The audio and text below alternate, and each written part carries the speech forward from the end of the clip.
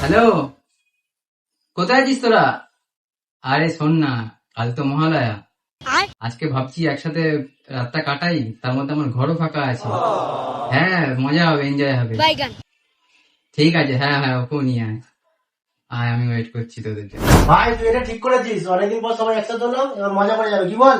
ঠিক আছে, চল তাহলে কালকে সকালে গঙ্গাঘাটে যাওয়া যাক। চল তাহলে, ঠিক আছে। আরে অ্যালার্মটা দিয়ে শো, অনেক রাত হলো। আরে তাও ঠিক রেস্ট নে। ঠিক বলেছে, রাত্রি অ্যালার্ম দে।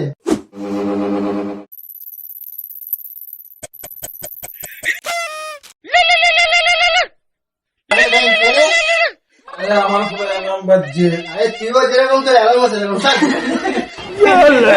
এমনি তো অ্যালার্ম দে। এই ওঠ, গঙ্গাঘাটে যাবি না?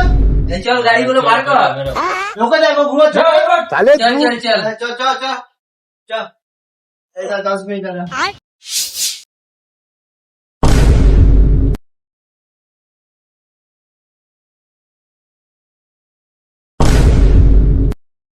ভোরবেলার আকাশ তখনও পুরো ফোটেনি। চারিদিক নিস্তব্ধ। হালকা কুয়াশার আড়ালে দূরে ভেসে ওঠে কাশফুলের সাদা ঢেউ। সেই সময়ে ঘরে বাজতে শুরু করে রেডিও, আর ভেসে আসে এক চেনা কণ্ঠস্বর, বীরেন্দ্র কৃষ্ণ ভদ্র। তারই উচ্চারণেই যেন দেবীপক্ষের সূচনা, পিতৃপক্ষের অবসান, দেবীর আগমনী বার্তা।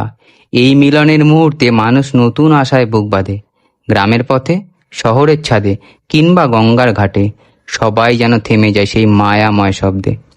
দর্পণে নিজের মুখ দেখতে দেখতে মনের মধ্যে উকি দেয় উৎসবের আনন্দ, আবার চোখ ভিজে ওঠে বিদায়ী দিনের স্মৃতিতে। তাহলে ভাই, মহালয়ার ভোরটা কিন্তু দারুণ কাটালাম, বল? হ্যাঁ চল তাহলে পুজোর প্ল্যানিংটা করে নি সবাই মিলে। হ্যাঁ, কর কর, কোনো অসুবিধা নেই। আর হ্যাঁ শোন, আমার কিন্তু শুধু অষ্টমীতেই ছুটি আছে অফিস। অষ্টমী তাহলে ফাইনাল রইলো, ঠিক আছে? অষ্টমীর দিনই বেরোবো কিন্তু। তাহলে তুই কিন্তু হেগে যাস, তোরা বিরিয়ানি খেলে হাগা পেয়ে যায়।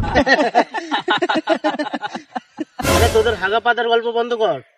অষ্টমী ফাইনাল তো, সেই বুঝি আমার গার্লফ্রেন্ডের কাছ থেকে পারমিশন নিতে হবে। জীবনটা তো মেয়েদের কাছেই বন্ধ করে রেখে দিলি রে সারা জীবন। তুই আবার আসছিস কেন? তোর জীবনে একটা গার্লফ্রেন্ড পটাতে পেরেছিস নাকি এত তো? মহালয়ার এই ভোরবেলা শুধু একটা দিন নয়, এ যেন বাংলার চিরন্তন আবেগ। কাশফুলের ফাঁকে, গঙ্গার ঘাটে, রেডিওর মন্ত্রোচ্চারণে আমাদের হৃদয়ে বারবার ফিরে আসে সেই অনুভূতি, দেবী আসছেন, আলো আসছে।